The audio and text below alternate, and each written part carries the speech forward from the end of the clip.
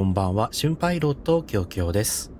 機体の操作紹介動画へようこそ。今日はちょっとクラシックで味のある名機、ジャストフライトのフォッカー70、100を使って東京から大阪までのフライトをお届けします。オランダのフォッカー社が開発したこの機体は、航続距離約2300ノーティカルマイルを誇る小型双発ジェット旅客機です。残念ながら日本のエアラインでの採用実績はありませんでしたが、ヨーロッパを中心に現在も現役で活躍しています。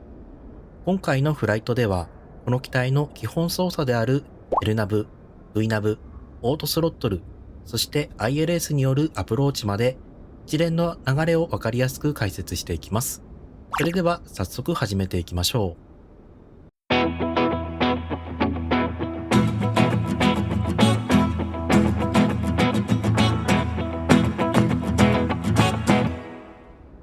現在私は東京国際空港の第3ターミナルに駐機しています。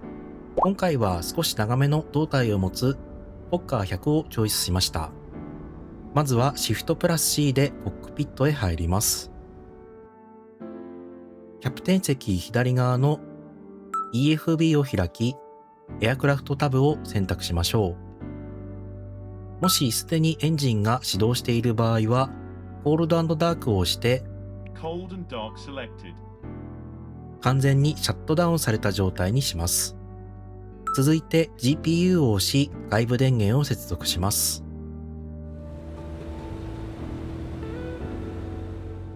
次に歯車マークのセッティングスから機体の設定を行います。日本でのフライトに合わせて気圧の単位を水銀中インチに変更。さらに IRS の初期化をスピードアップさせるため、ファストを選択しておきます。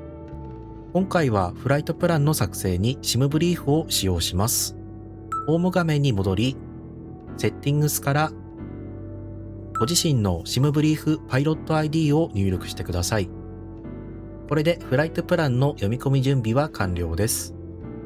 OFP を押してルートの概要をインポートしたら、再びエアクラフトページへ、ここで SIM ブリーフデータをもとに燃料、貨物、乗客数をワンタップで一括セットできます。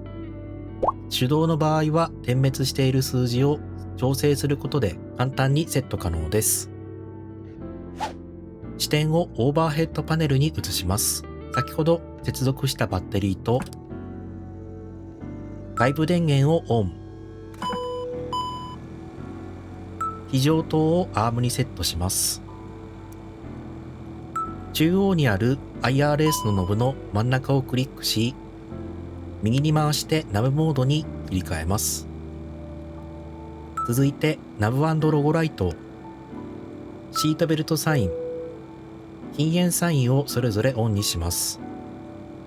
機体に電源が入りましたが、画面が暗いので、ノブを回してディスプレイのコードを上げましょう。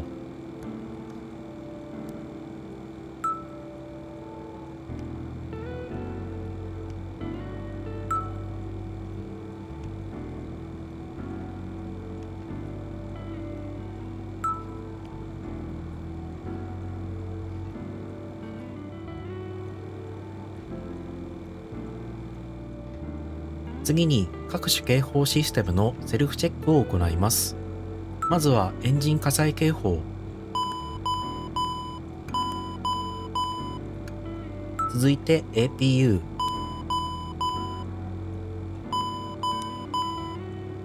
スモーク警報。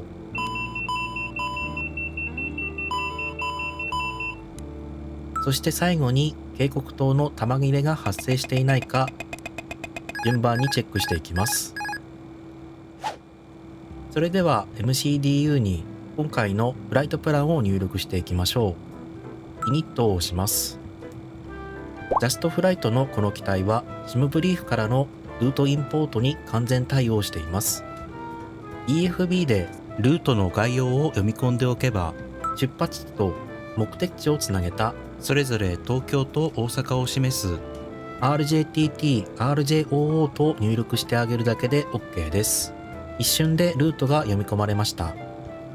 もし巡航高度を変更したい場合は、ここでクルーズフライトレベルに巡航高度を100で割った値を入力してください。確認したらアライン IRS を押して現在地を初期化します。続いて離着陸ルートの設定です。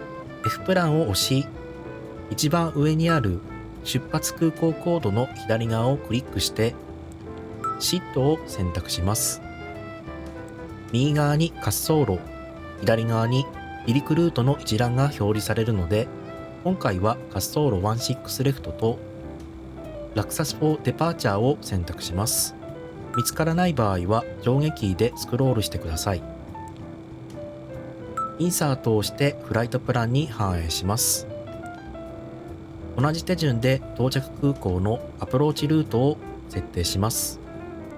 上下のキーでフライトプランの最後、エンドオブ F プランのすぐ上にある RJOO を選択し、スターをクリック。今回は右側の一覧から ILS32 レフトのアプローチのみを選択し、インサートで反映します。これで離陸から着陸までの全ルートがつながりました。作成したプランに不備がないか確認しましょう。操縦桿の左側にあるスモークと書かれたパネルをクリックすると、操縦桿が非表示になり、正面の計器が見やすくなります。上の画面が飛行に最も重要な情報、姿勢、高度、速度を示すプライマリーフライトディスプレイ。下が方位や航路を示すナビゲーションディスプレイです。EFIS でナビゲーションディスプレイの表示モードをプランに変更します。MCDU が F プランページになっていることを確認し、スクロールキーを押しながら航路が1本につながっているかを画面でチェックしていきます。見えにくい場合は表示のレンジを上げてください。途中でルートが途切れている部分を見つけたら、MCDU のクリアボタンを押し、不連続と書かれているラインをクリックして削除します。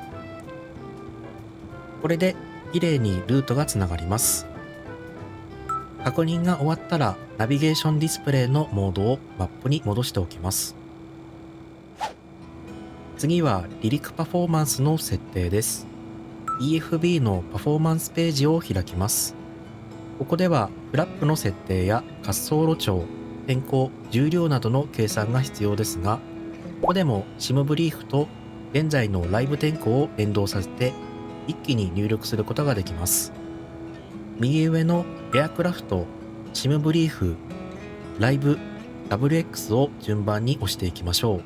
自動でデータが入力されるので、あとは使用する滑走路番号、滑走路のドライ、ウェット状態、アンチアイスの有無を設定するだけです。キャリキュレートを押すと、瞬時に V 速度などのパフォーマンスデータが計算されます。これを MCDU に反映させますが、ジャストフライトの機体にはありがたいショートカットキーが用意されています。画面下にあるボタンをすべて押してください。MCDU 画面の下の文字をクリアを押して削除します。テイクオフアプローチページを開き、V1、VR、V2 などの離陸速度がしっかりセットされていることを確認します。次にイニット、ネクストページを開き、機体重量や燃料の設定ページで空欄がなくすべての値が入力されているかをチェックします。出発に向けた準備に入ります。燃料ポンプをすべてオン。ウィンドウヒートをオン。スタンバイ計器を使えるようにします。カンマキーを押して高度計の気圧をセット。ISDU のディスプレイセレクターをトラック待機速度に変更。これでタキシング中の速度が手元でわかります。スタンバイエンジンインジケーターをオン。続いてオートパイロット関連の事前設定です。フライトディレクターをオン。速度制限がある場合は、ここで速度をセットします。今回はこのままでいきます。巡航高度の32,000フィートをセット。EFIS パネルで高度制限、空港、トラフィックの表示をオン。スコープコードを入力します。これで準備完了です。ドアを閉めてロックします。APU を始動します。APU のノブをオンにし、ステータス画面に APU のゲージが表示されたら、ノブの中央をクリックしてスタート側に回します。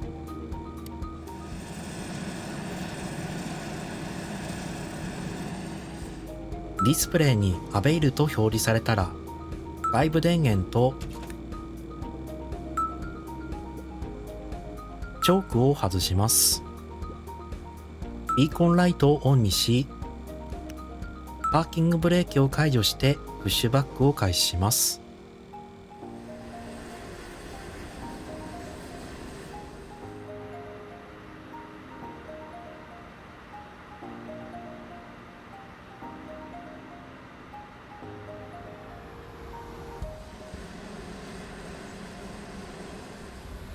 バック中にメインエンジンをスタートさせましょう。やり方は非常にシンプルです。スタートスイッチを押し、その下にあるセレクターを左右どちらかに倒します。スタンバイエンジンインジケーターの数値が動き出すので、N2 が 15% を超えたタイミングで、スロットル後方にあるフューエルレバーをオープンにします。これだけでエンジンが始動します。計器の数値が安定したら、反対側のエンジンも全く同じ手順で始動します。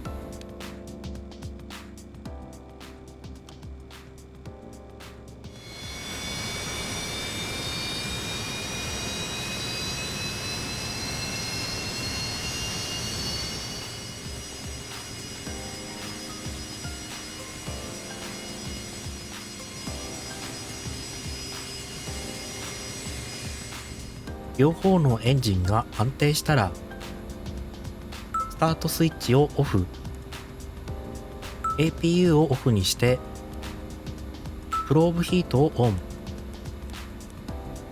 伊丹空港の標高をセットし、オートブレーキを RTO にします。EFB で計算された離陸トリムの数値を確認し、コックピット中央の白いドットがその値になるようスタビライザートリムを調整します。今回の離陸フラップは0のため操作はスキップします。最後にウェザーレーダーが使えるようにオンにします。オーバーヘッドパネルに警告灯がなく全て消灯していることを確認したら、タキシーライトをオンにして滑走路へ向けて移動を開始します。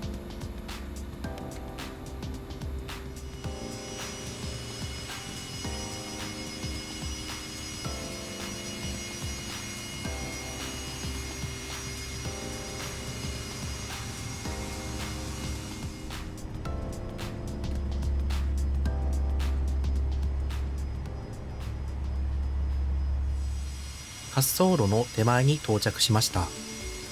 最終の離陸設定を行います。ランディングライト、ストロボライトをオン、タキシーライトをオフ、コントロールロックを解除、リフトダンパーをアーム、TCAS を TA/RA にセット。離陸のアナウンスを押します。テイクオフコンフィグボタンを押して離陸可能な状態かチェックします。警告音が鳴らなければ準備は OK です。飛行時間の継続を開始します。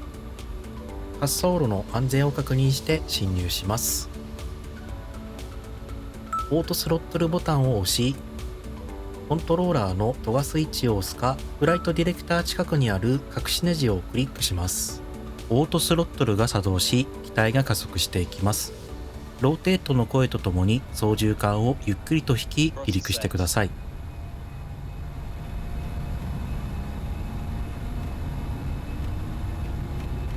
80 knots. クロスチェック。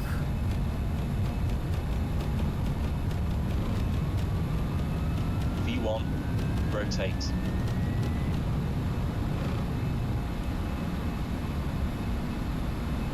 Positive climb, gear up.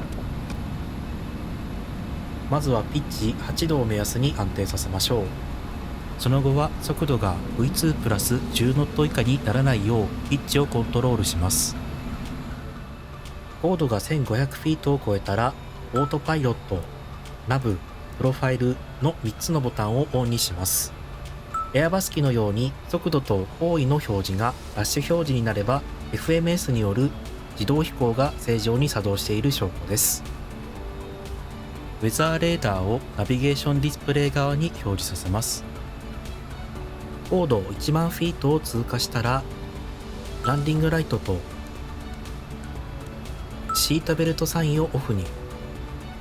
日本のトランジションコードである1万4000フィートを通過した段階で高度計の気圧設定を1000と13または 29.92 に変更します。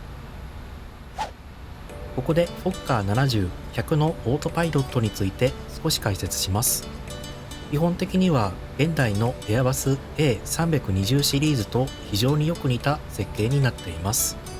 ノブを回して速度、方位、高度をターゲット値に合わせ、ノブを引くことでその設定した目標に向かって機体が動き出します。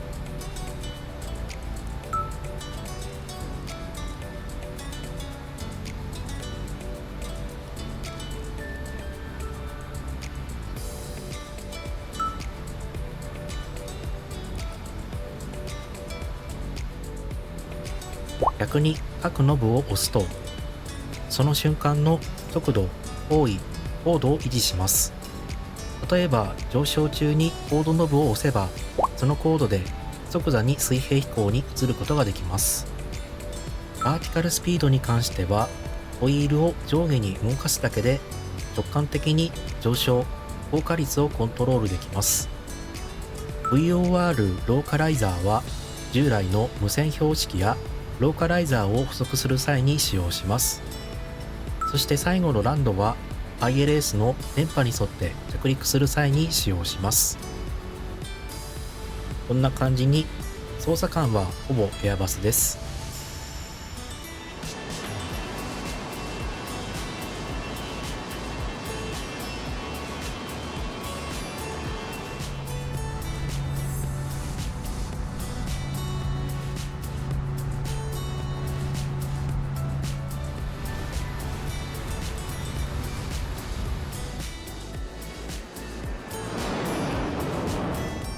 ナビゲーションディスプレイ画面を見ると降下開始ポイントを示すシアン色の TD マークが近づいてきました。大阪国際空港のアプローチに向けて準備を進めます。指定された3500フィートをセット、 ILS 周波数 110.1 とコース322をセット、ミニマムコードのセレクターを気圧コード系の DA に合わせ290にセットします。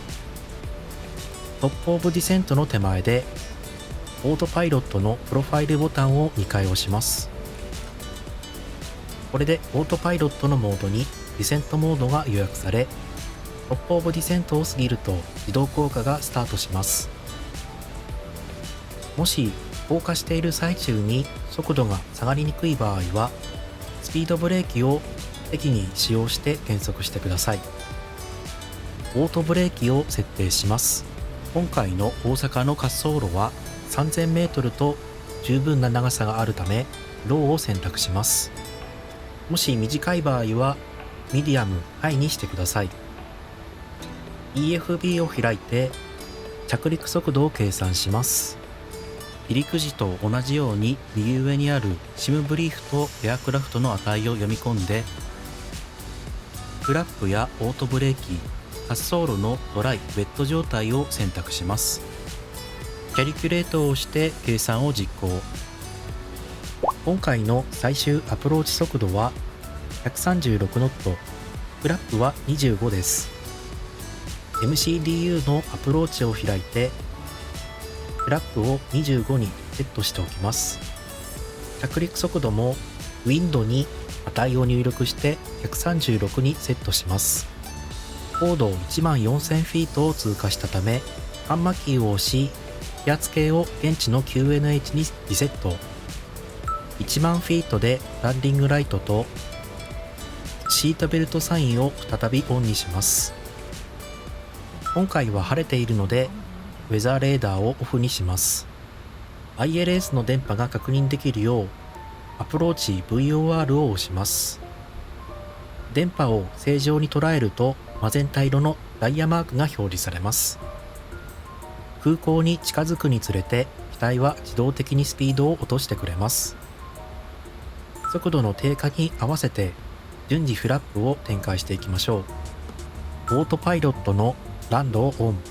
Localizer alive. 速度を着陸速度にセットします。ギアダウンします。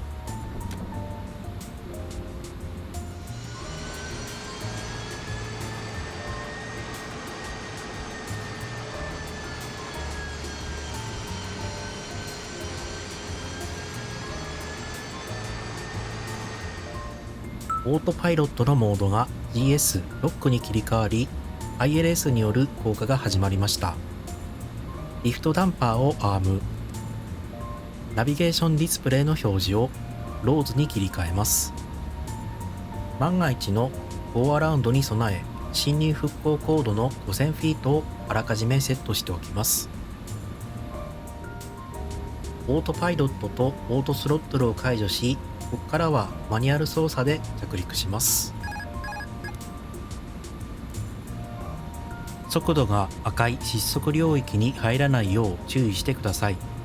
ちなみにこの機体は A320 のような保護システムが備わっており、万が一速度が落ちすぎると自動的にオートスロットルが介入してパワーを上げ始めてくれます。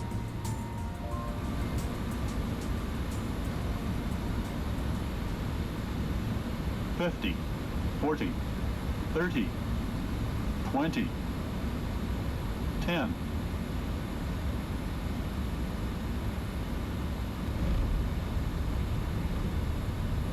Reverse.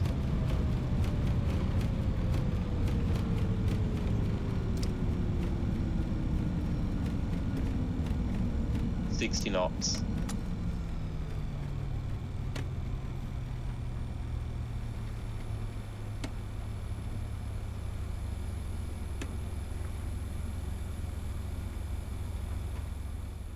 無事に伊丹空港に着陸することができました。